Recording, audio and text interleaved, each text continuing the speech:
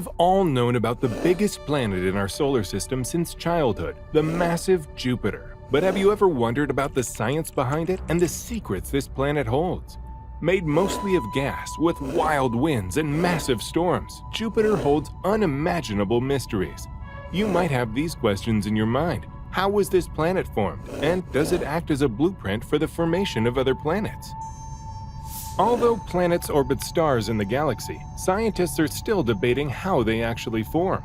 Even with many planets in our solar system, there is no clear answer on how they come together. Right now, there are two main theories. The first theory, called core accretion, explains how smaller rocky planets like Earth might form. However, it has trouble explaining how giant planets like Jupiter come into being. A newer idea, known as disk instability, might solve some of the issues that core accretion can't address about our solar system's formation. Jupiter, being 2.5 times more massive than all the other planets combined, played a huge role in shaping the solar system. New theories suggest that Jupiter might have moved around in its early days, stirring up material. This movement could have influenced the formation of Mars and even the bombardment of the rocky planets. According to scientists, about 4.6 billion years ago, our solar system began as a huge cloud of dust and gas called a solar nebula. As gravity pulled this material together, it started spinning and eventually formed the Sun at the center. With the Sun shining, the remaining material began to stick together. Tiny particles clumped into bigger ones due to gravity. The solar wind blew away lighter elements like helium and hydrogen from the areas close to the Sun, leaving only heavier rocky materials to form smaller rocky planets. Farther out, where the solar wind had less effect, lighter elements gathered onto gas giants. This process also created asteroids, comets, planets, and moons. The core accretion model explains that rocky planets started with solid cores and then attracted lighter elements to form their outer layers. This model suggests that rocky planets should be more common than gas giants. Observations of exoplanets support this idea. Stars with more metals, elements other than hydrogen and helium, tend to have more gas giants. For example, in 2005, a giant planet with a large core orbiting the star HD 149026 provided strong evidence for the core accretion theory. Astronomer Greg Henry noted this discovery as proof that planets like this are likely to be common. In 2017, the European Space Agency planned to launch the Cheops satellite to study a variety of exoplanets, from super-Earths to Neptune-sized worlds. This research aims to shed light on how planets form and grow. According to the Cheops team, understanding how a planet's core reaches necessary mass to attract gas will reveal more about planetary formation. For huge gas giants like Jupiter, the core accretion model takes too long. The material cloud around the young Sun didn't last long. It either got pulled into planets or evaporated. Giant planets need to form quickly, within a few million years, says Kevin Walsh from the Southwest Research Institute. This is a problem because the gas disk around the Sun only lasted about 4 to 5 million years. While rocky planets had enough time to build up or gather heavier atmospheres, gas giants' lighter atmospheres could disappear too fast. Jupiter, for example, is mostly hydrogen and helium, with only small amounts of other elements. To address this, scientists are exploring a new theory called disk instability. This idea suggests that early in the solar system's history, clumps of dust and gas formed and gradually combined into giant planets. These planets can form much faster, sometimes in just 1,000 years, allowing them to capture the quickly disappearing lighter gases. They also quickly reach a stable size that prevents them from spiraling into the Sun. Frequent collisions raise temperatures on Jupiter, causing dense materials to sink to the core. Some scientists think this core could be a hot, molten ball, while others believe it could be a solid rock, about 14 to 18 times the mass of Earth. The main challenge for the core accretion model is time, especially in building giant gas planets quickly enough to capture the lighter gases for their atmospheres. Recent research suggests that smaller pebble-sized objects might fuse together to form giant planets much faster than previously thought, up to 1,000 times quicker.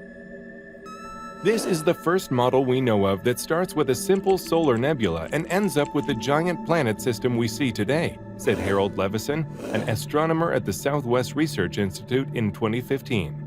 In 2012, Michiel Lambrechts and Anders Johansson from Lund University discovered that tiny pebbles, previously considered insignificant, might be crucial for rapidly forming giant planets. They showed that these leftover pebbles, once thought to be unimportant, could actually solve the planet-forming problem, Leveson explained. Leveson's team built on this idea, modeling how these tiny pebbles could form the giant planets we observe. Earlier simulations showed that both large and medium-sized objects consume pebbles at a steady rate. However, Leveson's new simulations reveal that larger objects act like bullies, grabbing pebbles from smaller ones, allowing them to grow much faster. The larger objects scatter the smaller ones more than vice versa, pushing the smaller pebbles out of the disk, says Catherine Kretke, a co-author from SWRI. The bigger objects essentially bully the smaller ones, eating up all the pebbles themselves to grow and form the cores of giant planets. Initially, scientists believed that planets formed in their current locations. However, the discovery of exoplanets showed that some worlds moved from where they originally formed. The first exoplanets discovered were hot Jupiters, massive gas giants much larger than Jupiter that orbited their stars in just days or hours. These planets couldn't have formed where they are now because it was too hot for them to gather hydrogen and helium. This led scientists to conclude that some gas giants must have migrated inward from their original positions. At the same time, the solar system faced what is known as the small Mars problem. Simulations of planetary formation could recreate most of the planets accurately, but none of them could explain why Mars is so much smaller than expected. These simulations tended to produce a planet much smaller than Mars in its orbit. In 2012, scientists introduced the Grand Tack model. This model proposed that Jupiter originally moved inward toward the Sun, pushing material ahead of it.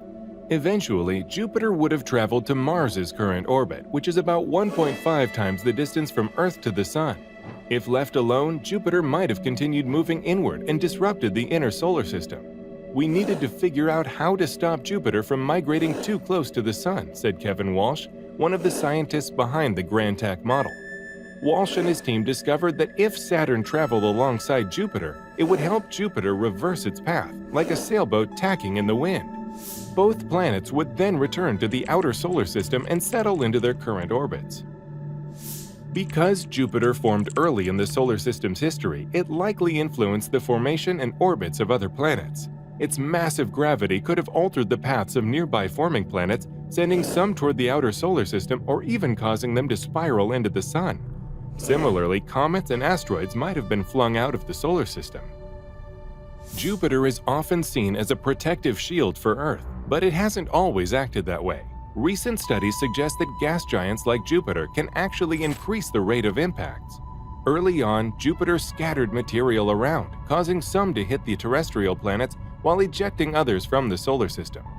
In planetary systems without such giant planets, impacts are less frequent but can continue over a longer time, as most rocks stay in orbit around their star. Elisa Quintana, a research scientist at NASA Ames Research Center, explained that without a giant planet like Jupiter, the rocks don't get a strong enough push to escape the solar system. She told Space.com, "For our solar system, Jupiter had a significant impact on the distribution of these materials." Jupiter, the giant planet we've known since childhood, is much more than a distant object in our solar system. From its formation to its role in shaping the solar system, Jupiter holds many secrets. Jupiter's early movements and influence on the inner solar system reveal how it has shaped the paths of other planets and impacted the distribution of materials. So next time you gaze at Jupiter, remember, it's not just a giant planet. It's a key to understanding the mystery of our cosmic neighborhood. What do you find most fascinating about Jupiter and its role in our solar system?